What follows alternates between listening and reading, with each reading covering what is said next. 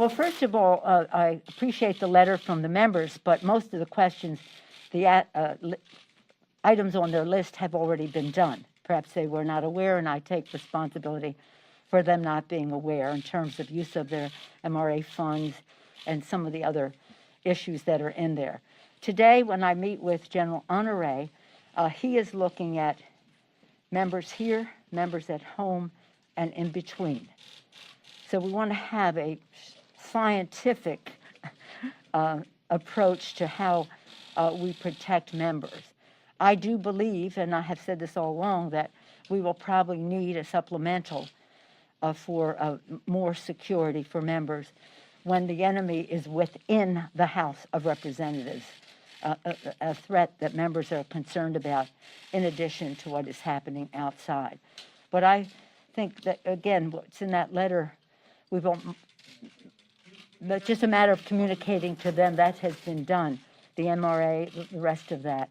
I do think, though, that while it's appropriate that they use their MRA for their security, they shouldn't have to, because that money is there for them to meet the needs of their constituents.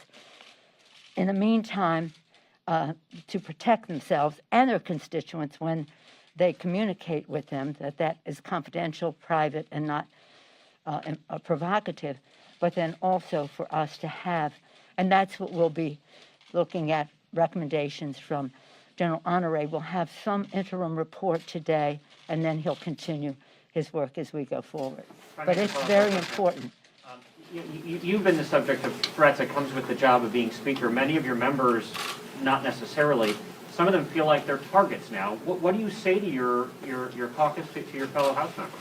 Well, what we're saying is that we're going to approach it in a way that will truly protect them, that the issues they raised in their letter have by and large been in effect. So they may be relieved to hear that. They'll be hearing also from the Sergeant at Arms today. And you'll see his letter talking about how their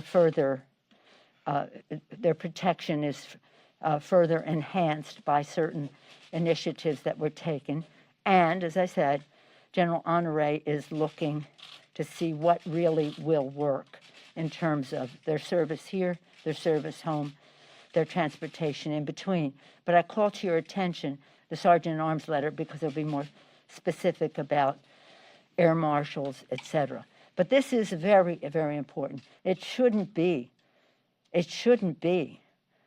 that not only is the President of the United States inciting an insurrection, but keeps fanning the flame, endangering the security of members of Congress to the point that they're even concerned about members in the House of Representatives being a danger to them.